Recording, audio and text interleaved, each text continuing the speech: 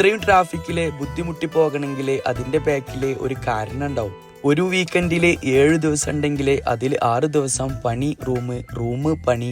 ഒരു ചൊല്ലുണ്ടല്ലോ, എല്ലുമുറിയെ പണി ചെയ്താലേ പല്ലുമുറിയെ തിന്നാം. അങ്ങനെ ഈ വീക്കെൻഡില് ഗ്രിൽ ഫിഷ് കഴിക്കാനേ ഞങ്ങൾ ചൂസ് ചെയ്തത് ദുബായിലെ ഏറ്റവും ഫേമസ് ആയിട്ടുള്ള സീ ഫുഡ് കിട്ടുന്ന ഫിഷ് ബേലാണ്.